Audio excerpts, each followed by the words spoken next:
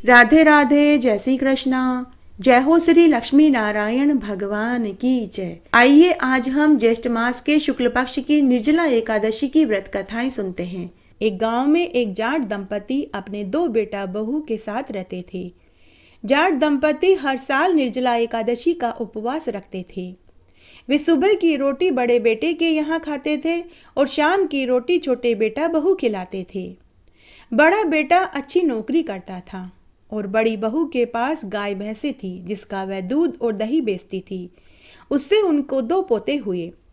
छोटा बेटा कभी कमाता था तो कभी उसे दिहाड़ी मजदूरी नहीं मिलती थी। इस तरह समय बीत रहा था। तब एक बार जब निर्जला एकादशी आने वाली थी तो जाट दंपति को उनकी सेहत ठीक नहीं लग रही थी। एक तो बुढ़ापा, दूसरा बीमारी ने उन्हें तोड़ कर रख दिया था। तब जाटनी अपने पति से बोली कि सुनो जी, अब वक्त आ गया है। हम यह एकादशी का उपवास बेटा बहू को झिलवा देते हैं, क्योंकि एक न एक दिन तो उन्हें ही यह उपवास करना है। फिर इस बार से ही क्यों न सही। तो जाट बोला कि ठीक है भगवान, बेटा बहू को बुलवाकर बात कर लेते हैं। तब जाटनी ने अपने दोनों बेटा बहू को कमरे में बुलाया और कहा कि देखो, कल निर्जला एकादशी है। यह व्रत मुझे मेरे सास ससुर ने झिलवाया था और मेरे सास ससुर को उनके सास ससुर ने झिलवाया था। यह व्रत हमारे खानदान में पीढ़ियों से करते आ रहे हैं। साल में 24 एकादशी आती है। सब एकादशी का व्रत करना संभव न हो तो निर्जला एकादशी का उपवास जरूर करना चाहिए। अब समय का तकाजा है कि हम दोनों यह व्रत करने में लाचार महसूस कर रहे हैं। एक तो बुढ़ापा, दूसरी हमें अनेक बीमारियों ने तोड़ दिया है। हम दोनों चाहते हैं कि इस बार निर्जला एकादशी का व्रत तुम दोनों करो और जोड़े से करो। तब बड़ी बहू अपने सास ससुर से बोली कि माँ बाबूजी, यह व्रत मेरे से नहीं हो पाएगा। मैं पूरे दिन खेत खलियान का काम करती हूँ, गाय भैंसों का काम करती हूँ, 2 बच्चों को संभालती हूँ, दूध दही बेचने जाती हूँ। फिर एकादशी के व्रत करने की तो मेरे में हिम्मत भी नहीं हो पाएगी। आप यह व्रत छोटी को झिलवा दीजिए। ऐसा कहकर बड़े बेटा बहू वहां से चले गए। तब जाटनी ने छोटी बहू की तरफ देखा। छोटी बहू अपने सास ससुर से बोली कि माँ बहू जी, आप यह व्रत मुझे झिलवा दीजिए। साथ ही मुझे एकादशी के व्रत की पूजन विधि और कथा कहानी भी सुना देना। मैं यह व्रत अवश्य करूंगी। यह सुनकर जाटनी बहुत खुश हुए और बोले कि बहू जीती रहो, पुत्रवती भवे। भगवान करे मेरे छोटे को भी नौकरी लग जाए और तुझे भी सुंदर पुत्र पैदा हो। तब सास अपनी बहू से बोली कि सुनो बहू, निर्जला एकादशी के दिन सुबह जल्दी उठकर स्नान करके व्रत का संकल्प लेना, ठाकुर जी की पूजा करना, तुलसी जी की पूजा करना, पीपल पतवारी सींचना, विष्णु भगवान और माता लक्ष्मी की पूजा करना, शिवजी के मंदिर में जाकर शिवजी को चरणामृत से स्नान करवाना, दूध दही बेलपत्र पुष्प चढ़ाना, माता पार्वती जी को सुहाग की पिटारी चढ़ाना। अगर चाहो तो उस दिन चरणामृत पीकर ये व्रत रखना और अगर भूखा न रहा जाए तो 2 केले खाकर चरणामृत पी लेना। ब्रह्मचर्य का पालन करना, जमीन पर सोना, भजन कीर्तन में समय बिताना, झूठ चोरी पर निंदा से बचना। हम तुम्हें निर्जला एकादशी की कथा कहानी भी सुना देंगे तथा उस दिन मंदिर में जल से भरा हुआ कलश, चीनी से भरा हुआ दोना, आम, तरबूज, ककड़ी, खरबूजा, शरबत की बोतल और हाथ पंखा उसके ऊपर दक्षिणा के रुपए रखकर मंदिर में दान कर देना। एकादशी के दूसरे दिन द्वादशी को मंदिर में सीधा भिजवाना, गाय को हरा चारा डालना। तब छोटे बेटा बहू अपने माँ बाबूजी से बोले कि माँ बाबूजी, हम निर्जला एकादशी के दिन चरणामृत पीकर ही व्रत रखेंगे। एक दिन ना खाएंगे तो मर थोड़े ही जाएंगे। तब छोटे बेटा बहू ने पूरे नियम धर्म से निर्जला एकादशी का उपवास रखा। उस दिन मंदिर में जल से भरा हुआ घड़ा, बूरा से भरी हुई कटोरी, हाथ पंखा, आम और दक्षिणा के रुपए मंदिर में दान किया। तुलसी जी की पूजा करी, भगवान विष्णु और माता लक्ष्मी का पूजन किया, आरती करी और अपने माँ बाबूजी से निर्जला एकादशी का महात्म्य और कथा कहानी को सुना तथा रात्रि जागरण में समय बिताया। दूसरे दिन मंदिर में सीधा भिजवाया, गायों को हरा चारा खिलाया। उसके बाद व्रत का पारणा किया। इस तरह उन्होंने पूरा दिन बिता दिया। 3 महीने के बाद ही निर्जला एकादशी का व्रत का फल छोटे बेटा बहू को मिलना शुरू हो गया। छोटे बेटे को सरकारी नौकरी मिल गई, बहू को गर्भ ठहर गया, उनका घर खुशियों से भर गया। उधर बड़े बेटा बहू ने निर्जला एकादशी के व्रत का अपमान किया तो उनकी आर्थिक हालत दयनीय हो गई। व्रत का अनादर करने से उन्हें दुख उठाने पड़ रहे थे। बड़े बेटे की लगी लगाई नौकरी छूट गई, गाय भैंसों ने दूध देना बंद कर दिया, खेतों में फसल अपने आप जल गई। एक के बाद एक अनेक अपशकुन हो रहे थे। तब एक दिन जब बड़े बेटे के यहाँ से जाट जाटनी के भोजन की थाली नहीं आई तो वे दोनों बड़े बेटे के घर पहुँचे। जब जाट जाटनी बड़े बेटा बहू के घर पहुँचे तो उनकी दयनीय हालत देखकर पूछने लगे कि बेटा तुम लोगों को क्या हुआ? आज हमारे भोजन की थाली हमारे कमरे में क्यों नहीं आई? तब बेटा बहू ने अपने माता पिता को पूरी सच्चाई बताई कि माँ बाबूजी मेरी नौकरी चली गई, फसल जल कर राख हो गई, गाय भैंसों ने दूध देना बंद कर दिया, घर में अन्न का एक दाना तक नहीं रहा। तब जाट ने अपनी जमा पूंजी में से 1 महीने का राशन पानी उन्हें खरीद कर दिया और कहा कि सब ठीक हो जाएगा, हिम्मत मत हारना, ईश्वर सब ठीक कर देगा। उसके बाद जाट जाटनी छोटे बेटा बहू के पास गए। उन्होंने देखा उनका घर अन्नधन के भंडार से भरा पड़ा था। बेटा बहू ने माँ बाबूजी के चरण छुए, उन्हें खाट पर बैठाया, जलपान करवाया। तब छोटी बहू अपने सास ससुर से बोली कि माँ बाबूजी मैं आज आपके पास आने ही वाली थी, आपको 2 खुशखबरी जो देनी थी। आपके छोटे बेटे को सरकारी नौकरी मिल गई है और जल्दी ही आपको पोता पोती खिलाने का मौका भी मिलेगा। ऐसा कहकर वह शर्माने लगी। माँ बाबूजी यह सब कुछ निर्जला एकादशी के व्रत के चमत्कार से हुआ है। तभी जाट जाटनी का माथा ठनका। वे समझ गए कि बड़े बेटा बहू को क्यों दुख देखना पड़ रहा है। तब जाट ने अपने छोटे बेटे से कहा कि बेटा तू अपने बड़े भाई और भाभी को यहीं बुला कर के ला, मुझे उनसे कुछ बात करनी है। छोटा बेटा अपने बड़े भाई भाभी को बुला कर के लाया। बड़े भाई और भाभी ने जब छोटे भाई के ठाट बाट देखे तो वे भी दंग रह गए। उन्होंने पूछा कि तेरे पास ये सब कुछ कहाँ से हुआ? तुम्हारे घर पर तो बैठने को दरी तक नहीं थी, खाने को चने तक न थे। तब छोटा भाई और उसकी पत्नी ने कहा कि यह सब कुछ तो हमें निर्जला एकादशी के व्रत का फल से मिला है। तब जाट जाटनी अपने बड़े बेटा बहू से बोले कि मैंने तुम्हें इसीलिए बुलाया है, तुम्हारे दुख का एकमात्र कारण निर्जला एकादशी के व्रत का अपमान करने से हुआ है। तब बड़े बेटा बहू ने अपने माँ बाबूजी से कहा कि माँ बाबूजी हमें माफ़ कर दीजिए, अब अगले साल जब निर्जला एकादशी आएगी तो हम भी पूरे नियम धर्म से निर्जला एकादशी का उपवास करेंगे। उसके बाद 9वें महीने में छोटी बहू को पुत्र रत्न की प्राप्ति हुई। जब साल भर बाद दोबारा निर्जला एकादशी का दिन आया तो जाट जाटनी के दोनों बेटा बहू ने निर्जला एकादशी का व्रत पूरे विधि विधान से किया, जिससे उनके सभी दुख दूर हो गए। बड़े बेटा बहू को भी सब सुख मिला। हे विष्णु भगवान, जैसे आप जाट जाटनी के छोटे बेटा बहू और बाद में बड़े बेटा बहू से खुश हुए और उनका घर धन धान्य से भर दिया, वैसे सबका भरना। कहानी कहने वाले का, सुनने वाले का और हुक्कारा भरने वाले का। एक बार आप भी प्रेम से बोलिए जय हो श्री लक्ष्मी नारायण भगवान की जय। आइए अब हम निर्जला एकादशी की पुण्य फल देने वाली कथा का श्रवण करते हैं। कहानी का विषय है 1 लोटा जल। एक बार एक नगर में एक राजा अपनी 2 रानियों के साथ रहता था। छोटी रानी बहुत खूबसूरत थी, सुंदरता उसके अंगों से झलकती थी। हाथ लगा दो तो वह लाल हो जाए, ऐसी बला की खूबसूरत थी, मानो कि स्वर्ग से कोई मेनका या उर्वशी ही उतर कर आ गई हो। राजा उसके रूप और यौवन पर मंत्रमुग्ध हो चुके थे। राजा को और कुछ सूझता ही नहीं था। कई दिनों तक छोटी रानी के रंगमहल से बाहर भी नहीं निकलते थे। राजा ने प्रजा की सुध बुध लेनी भी छोड़ दी थी। बड़ी रानी की तरफ ध्यान देना भी छोड़ दिया था, क्योंकि बड़ी रानी साधारण नयन नक्श वाली थी, लेकिन बड़ी ही धार्मिक, दयालु और प्रजा की हितकारिणी थी। सभी मंत्रीगण भी राजा के इस व्यवहार से दुखी रहने लगे। वे सभी बड़ी रानी से ही सलाह मशवरा करने लगे।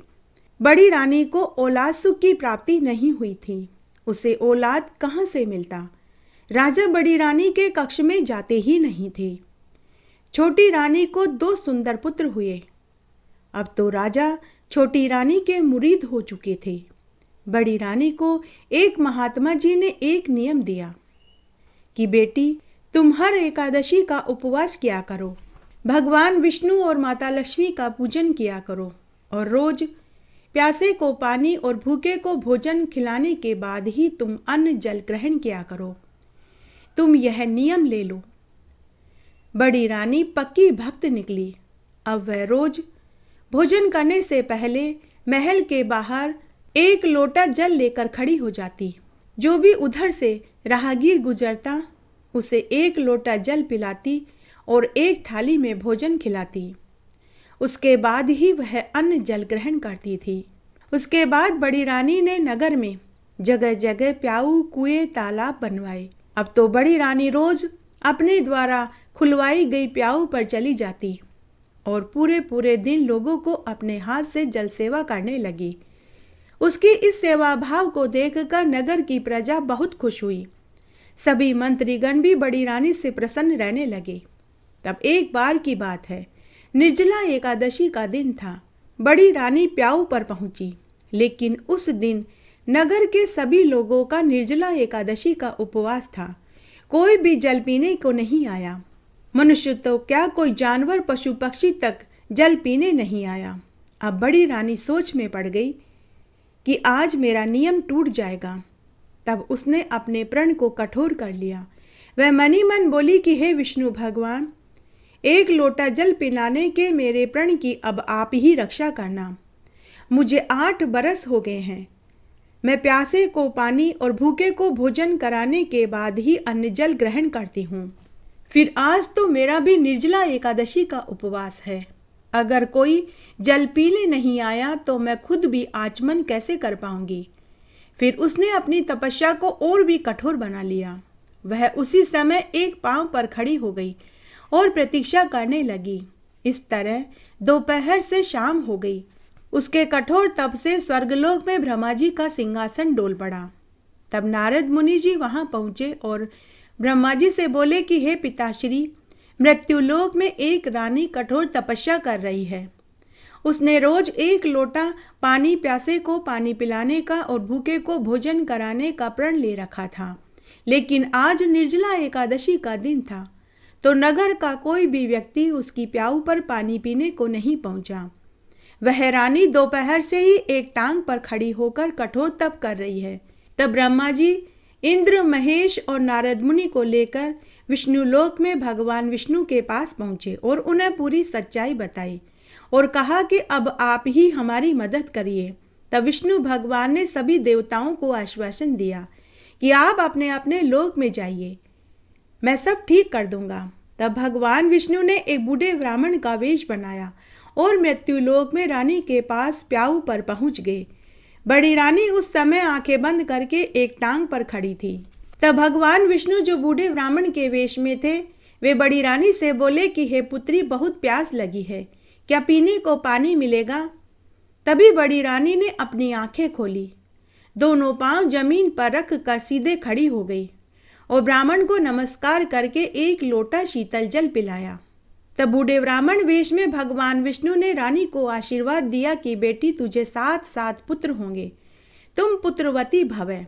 तब बड़ी रानी ब्राह्मण से बोली कि हे ब्राह्मण देव, आपका आशीर्वाद है तो जरूर फलेगा फूलेगा, लेकिन शायद मेरे साथ यह संभव न हो, क्योंकि मेरे पति मेरे पास ही नहीं आते तो पुत्र होना तो असंभव है। तब ब्राह्मण वेश में भगवान विष्णु ने अपनी झोली में से एक आम निकालकर रानी को दिया और कहा कि हे पुत्री, मेरा दिया हुआ वरदान कभी निरर्थक नहीं जाता। अगर तुम्हारा पति तुम्हारे साथ नहीं रहता तो तुम इस आम को अपने पति को खिलाना, फिर अपने पति के झूठे आम को तुम खा लेना, तो तुम्हें अवश्य गर्भ ठहर जाएगा और तुम्हें 1 नहीं 7 पुत्र होंगे और वे सभी बड़े ही संस्कारी, आज्ञाकारी, ताकतवर, बलवान और चक्रवर्ती राजा बनेंगे। तब रानी ने बूढ़े ब्राह्मण वेश में भगवान विष्णु की चरण धूलि सिर से लगाई और आम लेकर महल में आ गई। दूसरे दिन रानी राजा का इंतजार करने लगी। राजा छोटी रानी के कक्ष से दिन में एक बार ही सूर्य नारायण भगवान के दर्शन करने बाहर आते थे। जैसे ही राजा कक्ष से बाहर आए और सूर्य भगवान के दर्शन करके वापस जाने लगे, तब बड़ी रानी ने राजा को आम खाने को दिया। यह भगवान विष्णु का ही चमत्कार कह सकते हैं कि राजा ने बिना सोचे विचारे ही उस आम को चूस लिया और बचा हुआ आम बड़ी रानी को दे दिया। बड़ी रानी का मकसद कामयाब हो गया। बड़ी रानी झूठे आम को लेकर अपने कक्ष में आई और उसने उस आम को खाया। इस तरह समय व्यतीत होने लगा। 4 महीने के बाद ही रानी को गर्भ ठहर गया। 7वें महीने में रानी का गर्भ महल में सभी को दिखाई देने लगा तो महल में कानाफूसी होने लगी। महल में ही नहीं, यह खबर पूरी नगरी में आग की तरह फैल गई कि राजा बड़ी रानी के साथ सोए ही नहीं तो रानी को गर्भ कैसे ठहर गया। जब छोटी रानी की दासी और बांदियों ने छोटी रानी को बड़ी रानी के गर्भ होने वाली बात बताई तो छोटी रानी ने कहा कि राजा जी मुझे एक पल छोड़कर बाहर नहीं गए तो रानी को गर्भ कैसे ठहरा। छोटी रानी ने नमक मिर्ची लगाकर यह बात राजा को बताई। राजा को बड़ा क्रोध आया। राजा ने आव देखा न ताव बड़ी रानी को उल्टा कलंकनी वेश्या अनेक गालियां दी और उसका पक्ष सुने बिना ही उसे महल से निकाल दिया। बड़ी रानी ने राजा से बहुत विनती करी कि हे महाराज, कृपया करके आप मेरी बात को पूरी सुन लीजिए, उसके बाद आप जो कहेंगे मैं वही करूंगी। लेकिन राजा ने बड़ी रानी की एक नहीं सुनी। बड़ी रानी रोती बिलखती महल छोड़ देती है और फिर नगर से बाहर चली जाती है। पड़ोसी राज्य में जाकर एक शिव मंदिर की सीढ़ियों पर बैठ जाती है। तभी वहां एक बुजुर्ग साहूकार दंपति मंदिर में दर्शन करने आए। वे रोज दर्शन करने आते थे और भगवान से औलाद का सुख मांगते थे। साहूकार के पास धन की कोई कमी नहीं थी, लेकिन अगर कोई दुख था तो उन्हें संतान नहीं हुई, उनके घर कोई बच्चा नहीं हुआ। साहूकार पति पत्नी ने जब गर्भवती स्त्री को वहां बैठे हुए देखा तो उन्होंने उसके दीनहीन हालत पर बहुत दया आई। उन्होंने उसे कुछ रुपए देने चाहिए, लेकिन बड़ी रानी ने भीख लेने से इनकार कर दिया और बोली कि अगर आप मेरी मदद करना चाहते हैं तो मुझे कोई काम दे दीजिए। तब साहूकार दंपति ने कहा कि बेटी, हमारे कोई औलाद नहीं, हम रोज भगवान से औलाद सुख मांगने आते थे। शायद तुम्हें भेजकर भगवान हमारी मन्नत पूरी करना चाहते हैं। बेटी, तुम कौन हो, कहाँ से आई हो? ऐसी हालत में तुम्हारे ससुराल वालों ने तुम्हें क्यों निकाल दिया? तब बड़ी रानी सिर्फ इतना बोली कि माँ जी, मैं बड़ी दुखियारी हूँ, मेरा कोई आगे पीछे नहीं, मेरे पति ने मुझे घर से निकाल दिया है। तब साहूकार दंपति उसे अपनी बेटी बनाकर घर ले आए और उसकी खूब सेवा टहल करने लगे। 9वें महीने में रानी को एक नहीं 7 पुत्र हुए और सभी तंदुरुस्त और सुंदर हुए। साहूकार पति पत्नी बहुत खुश हुए कि भगवान ने उन्हें औलाद सुख तो नहीं दिया, लेकिन बच्चों की परवरिश का सुख तो दिया। साहूकार दंपति के घर में खूब चहल पहल हो गई। बड़ी रानी ने घर का सारा काम का संभाल लिया। बच्चों की देखरेख साहूकार दंपति करने लगे। समय बीतने लगा। बड़ी रानी ने अपने 7 राजकुमारों को सभी शिक्षाएं देनी शुरू कर दी। घुड़सवारी, तैराकी, तीरंदाजी, अस्त्र शस्त्र चलाना, सभी शिक्षाएं दी। 7 पुत्र बड़े ही संस्कारी, आज्ञाकारी और बलवान निकले। वे साहूकार पति पत्नी को नाना नानी कहकर बुलाने लगे। बड़ी रानी ने यहाँ पर भी कुएं, तालाब, प्याऊ खुलवाए। धन की साहूकार के पास कोई कमी नहीं थी। यहाँ पर भी बड़ी रानी ने 1 लोटा जल प्यासे को पिलाने और भूखे को भोजन खिलाने के बाद ही वह अन्न जल ग्रहण करती थी। उसने अपने बच्चों को भी यह नियम झिलवा दिया। साहूकार दंपति यह देखकर बहुत खुश होने लगे। उन्होंने बड़ी रानी से कहा कि बेटी, अगर हमें भगवान पुत्री देता तो तुम्हारे जैसे ही होती। आज हम धन्य हैं जो हमें तुम्हारी जैसी सुसंस्कृत बेटी भगवान ने दी। बड़ी रानी साहूकार दंपति की खूब सेवा टहल करने लगी। उधर राजा की हालत दयनीय हो चुकी थी। राजा पूरे समय छोटी रानी से लगा रहता था। प्रजा की सुध बुध लेनी उसने छोड़ दी थी। पूरा मंत्रिमंडल भी राजा से खफा था।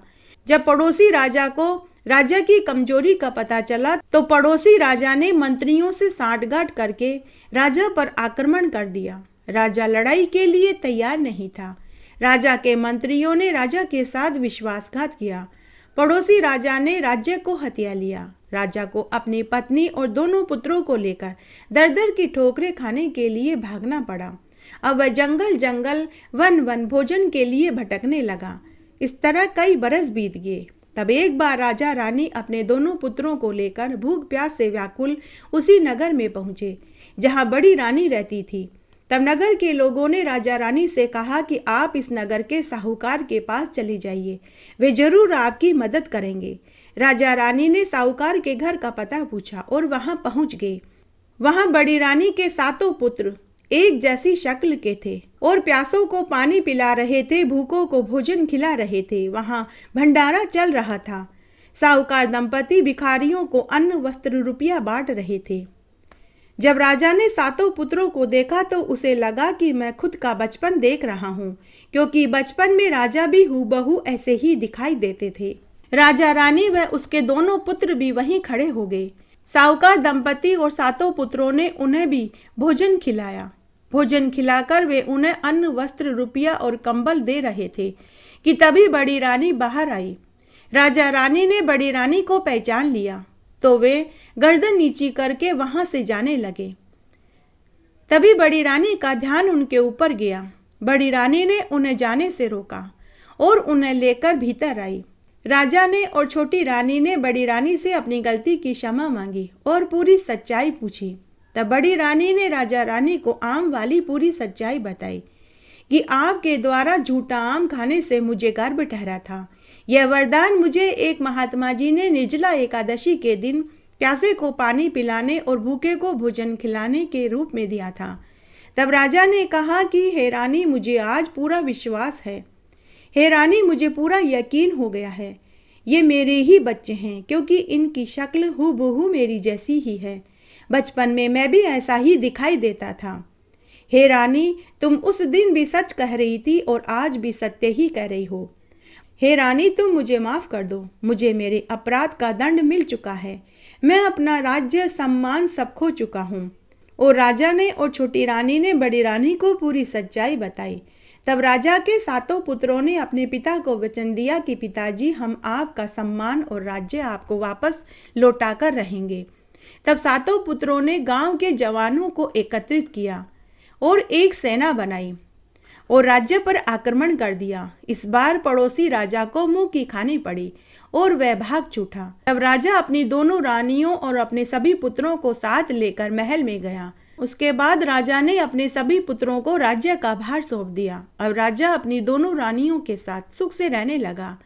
इस प्रकार बड़ी रानी को निर्जला एकादशी के दिन व्रत के साथ एक टांग पर खड़े रहने का फल मिला। जय हो श्री लक्ष्मी नारायण भगवान की जय। आइए अब हम निर्जला एकादशी की एक पवित्र पौराणिक पुण्यफल देने वाली कथा का श्रवण करते हैं। एक बार एक नगर में एक राजा था। उस राजा के 7 रानियां थी। 6 बड़ी रानियां आपस में बहनें थी तो 7वीं रानी को राजा स्वयंवर में जीत कर लाए थे और विवाह रचाया था। 7वीं रानी बला की सुंदर थी, अमीर उच्च घराने से ताल्लुक रखती थी। 7वीं रानी मन की साफ थी, उसे दिखावा पसंद नहीं था। वह अपने मायके में नाजों से पली बड़ी थी। जबकि 6 बड़ी रानियां बड़ी ही चालाक, घमंडी और लालची झगड़ालू प्रवृत्ति की थी। 6 बड़ी रानियां राजा को चापलूसी भरी बातें करके अपने कक्ष में बुलाकर ले जाती थी। लेकिन जब राजा 7वीं रानी के कक्ष में जाने लगता तो 6 रानियां किसी न किसी बहाने से राजा को अपने पास बुला लेती थी। 6 रानियां सभी तरह के व्रत उपवास करती थी, लेकिन 7वीं रानी जो बड़ी ही कोमल थी, फूलों जैसे बदन की थी, उससे कोई व्रत उपवास नहीं होता था। जब 6 रानियां एकादशी का व्रत करती तो उस दिन वो कोई कामकाज नहीं करती थी, पूरे दिन आराम करती और 7वीं रानी वह अपनी दासियों और बांदियों से सारा काम करवाती थी। एकादशी व्रत में वे बार बार फल, मिठाई, दूध, काजू, बादाम, चाय आदि पीती रहती थी और फिर राजा से कहती थी कि देखिए महाराज, हम 6 बहनें तो आपके लिए एकादशी का उपवास करते हैं, लेकिन यह 7वीं रानी कोई व्रत उपवास नहीं करती। तब राजा को भी लगता था कि 6 बड़ी रानियां बड़ी अच्छी है, मेरे लिए व्रत उपवास रखती है, लेकिन सातवीं रानी कोई व्रत नहीं करती। तो राजा ने भी सातवीं रानी की तरफ ध्यान देना छोड़ दिया। अब तो महीनों निकल जाते थे, सातवीं रानी राजा का मुंह तक नहीं देख पाती थी। तब एक दिन महल में काशी के एक पहुँचे हुए संत महात्मा जी आए। उन्होंने दरबार में सबको धर्म का उपदेश दिया और कहा कि मनुष्य को प्रत्येक एकादशी का उपवास करना चाहिए। जो मनुष्य एकादशी का उपवास नहीं करता वह पशु के तुल्य है। फिर मनुष्य और पशु में कोई अंतर नहीं रह जाता। जो मनुष्य एकादशी के दिन अन्न खाता है वह चांडाल की योनि को पाता है और मरने के बाद 1 सहस्त्र बरस तक रोरव नरक की पीड़ा का दुख भोगता है और फिर अगले 100 बरस तक पिशाच की योनि में जाता है। जब 6 बड़ी रानियों ने यह सुना तो उन्हें घमंड आ गया। वे अपने एकादशी व्रत पर अहंकार करने लगी। जब सातवीं रानी ने सुना तो उसे बहुत दुख हुआ। सातवीं रानी अपनी बांदी से बोली कि अरे बहन, अरे सखी, मुझे संत महात्मा के पास लेकर चलो। क्या तुम मुझे किसी प्रकार से उनसे मिलवा दोगी? तो दासी ने सातवीं रानी को संत महात्मा जी के पास ले जाकर एकांत में मिलवा दिया। सातवीं रानी महात्मा जी से बोली कि हे महात्मा जी, मैंने जन्म से अब तक कोई व्रत उपवास नहीं किया, मुझसे भूखा नहीं रहा जाता।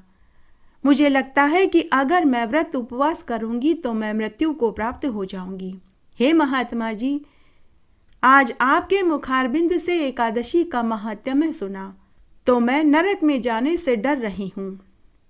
आपने कहा कि एकादशी का व्रत प्रत्येक मनुष्य को करना चाहिए ताकि मरने के बाद उसे स्वर्ग मिले। हे महात्मा जी, आप मुझे कोई एक व्रत बताइए जिसे मुझे मरने के बाद स्वर्ग का ही वास मिले। तब महात्मा जी ने सातवीं रानी से कहा कि हे कल्याणी, आप ज्येष्ठ मास की शुक्ल पक्ष की निर्जला एकादशी का उपवास करो। इस व्रत को करने से मनुष्य को 24 एकादशी के व्रत का फल मिल जाता है और उस मनुष्य के सभी पाप दोष छूट जाते हैं। इस एकादशी के व्रत का फल मनुष्य को अगले 7 जन्म तक इंसान की योनि को ही प्राप्त कराता है। इस एकादशी का व्रत करने से मनुष्य के अगले 7 जन्म सुधर जाते हैं। वह मनुष्य ब्रह्म हत्यारा हो तो भी वह उस पाप दोष से छूट जाता है, उसका भी उद्धार हो जाता है। इस एकादशी का व्रत करने से मनुष्य के पुण्य कभी भी क्षीण नहीं होते। फिर हे रानी, आप तो बड़ी ही दयालु और कोमल हृदय नारी हो। तुम निर्जला एकादशी के दिन पूरे दिन निराहार रहकर, मौन रहकर भगवान विष्णु के साथ माता लक्ष्मी का पूजन करो। रात्रि जागरण में समय बिताओ, तुम्हारी सारी इच्छाएं पूरी होगी। साथ ही तुम एकादशी के दिन अपनी सामर्थ्य के अनुसार दान करो। तब सातवीं रानी ने महात्मा जी को प्रणाम किया और अपने कक्ष में आ गई। सातवीं रानी ने ज्येष्ठ मास की शुक्ल पक्ष की निर्जला एकादशी का व्रत किया। पूरे दिन निराहार रही, मौन रही और भगवान विष्णु और माता लक्ष्मी की स्तुति करती रही। रात्रि जागरण में समय बिताया। दूसरे दिन एक जोड़ा जोड़ी ब्राह्मण को बुलाकर दान पुण्य किया। उसके बाद ही पारणा किया। उधर 6 बड़ी रानियों ने भी निर्जला एकादशी का उपवास किया, लेकिन वे निर्जला एकादशी के दिन भी फल, मिठाई, दूध, काजू, बादाम बार बार खाती रही। इस तरह समय बीतने लगा। तब एक दिन सातवीं रानी के द्वारा निर्जला व्रत रखने से राजा का हृदय परिवर्तन हो गया। अब वह भी सातवीं रानी को समय देने लगा और उसका आदर करने लगा। जब 6 बड़ी रानियों को इस बात का पता चला तो उन्हें बहुत क्रोध आया। अब वे मौका तलाश करने लगी कि कब कोई मौका आए और सातवीं रानी को राजा की नज़रों से नीचे गिराया जाए। तब एक दिन की बात है, सातवीं रानी राजा की बेशकीमती तलवार की सफाई कर रही थी। वह तलवार राजा को प्राणों से भी अधिक प्रिय थी। जब राजा की तलवार को साफ करते हुए 6 बड़ी रानियों ने देखा तो उनके मन में एक उपाय आया। उसी रात्रि को 6 बड़ी रानियों ने राजा की तलवार को म्यान में से निकालकर सातवीं रानी के कक्ष में बिस्तर के नीचे छिपा दिया। राजा का रोज का नियम था कि वह सबसे पहले उठते ही तलवार को म्यान में से निकाल कर के दर्शन करता था। क्योंकि उसका मानना था कि तलवार का दर्शन करने से उसका दिन अच्छा निकलता है। ऐसा राजा का मानना था। तब दूसरे दिन राजा सुबह उठते ही म्यान में से तलवार निकाल करके देखना चाहा तो म्यान में तलवार नहीं थी। राजा ने छोटी रानी से पूछा कि आपने कल मेरी तलवार की सफाई करी थी, तो आपने मेरी तलवार कहाँ रखी? सातवीं रानी ने कहा कि महाराज, तलवार की सफाई करने के बाद मैंने तलवार आपकी म्यान में ही रख दी थी। तब राजा ने कहा कि हे रानी, लेकिन हमारी म्यान में तो तलवार नहीं है। तभी 6 रानियां भी वहां पहुंच गई। उन्होंने राजा से कहा कि महाराज, हमें 7वीं रानी के कक्ष की तलाशी लेनी चाहिए। तब नौकरों और दासियों को 7वीं रानी के कक्ष की तलाशी लेने के लिए भेजा, लेकिन उन्हें तलवार कहीं नहीं मिली। 6 रानियों को यह सुनकर बड़ा आश्चर्य हुआ कि उन्होंने 7वीं रानी के बिस्तर के नीचे ही तलवार छिपाई थी। भला अब तलवार कहाँ चली गई? 7वीं रानी पूरे समय एकादशी भगवान से प्रार्थना करती रही कि हे ईश्वर, अभी अभी तो महाराज का प्यार और आदर सम्मान मुझे मिलने लगा है। अब दोबारा मैं महाराज की नफरत सहन नहीं कर पाऊंगी। अगर ऐसा हुआ तो मैं मर जाऊंगी। हे एकादशी भगवान, आप ही मेरी रक्षा करना। तब एकादशी भगवान ने 7वीं रानी की रक्षा करी। तभी महल के कुएं में एक पेड़ उगाया जिसमें एक सोने का फूल था। तब महल के नौकरों और मंत्रियों ने राजा को इसकी सूचना दी। हर कोई उस सोने के फूल को लेना चाहता था, लेकिन वह फूल किसी के भी हाथ में नहीं आ रहा था। तब राजा ने फूल लेना चाहा तो राजा के भी हाथ नहीं आया। 6 रानियों ने फूल लेना चाहा तो उनके भी हाथ में फूल नहीं आया। तब एक मंत्री ने कहा कि छोटी रानी जी, आप भी फूल लेकर देखें, शायद आपके हाथ में फूल आ जाए।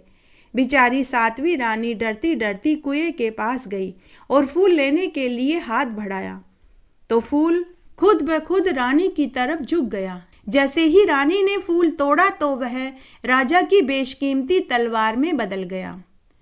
तभी वहां आकाशवाणी हुई। आकाशवाणी ने कहा कि हे राजन, मैं विष्णु भगवान हूँ। तेरी इन 6 रानियों ने तलवार चुराकर 7वीं रानी के कक्ष में बिस्तर के नीचे रख दिया था ताकि वे उसे चोर साबित कर सके और तुम्हारी नजरों से इस रानी को गिरा सके। हे राजन, 7वीं रानी के द्वारा निर्जला एकादशी का उपवास करने के कारण ही मैंने उसकी रक्षा करी है और आगे भी उसकी रक्षा करता रहूंगा। आकाशवाणी सुनकर वहां खड़े सभी पहरेदार, मंत्री, संतरी, राजा और सभी रानियां आश्चर्य में पड़ गई। तब राजा ने 6 रानियों को दंड देना चाहा तो 7वीं रानी ने उन्हें रोक दिया और कहा कि महाराज, ये मेरी बड़ी बहन के समान हैं, आप इन्हें माफ कर दीजिए। 7वीं रानी का जवाब सुनकर 6 रानियों को अपनी गलती का एहसास हुआ। उन्होंने 7वीं रानी से अपनी गलती की क्षमा मांगी। उसके बाद राजा ने पूरी नगरी में यह ढिंडोरा पिटवा दिया कि सभी को निर्जला एकादशी का उपवास करना चाहिए तथा भगवान विष्णु और माता लक्ष्मी का पूजन करना चाहिए और अपनी सामर्थ्य के अनुसार दान पुण्य करना चाहिए। उसके बाद जब 1 साल बाद निर्जला एकादशी का दिन आया तो राजा ने अपनी 7 रानियों के साथ निर्जला एकादशी का विधि विधान से उपवास किया और खूब दान पुण्य किया और वे सभी इस जीवन के सुख भोग कर मरने के बाद वैकुंठ को प्राप्त हुए।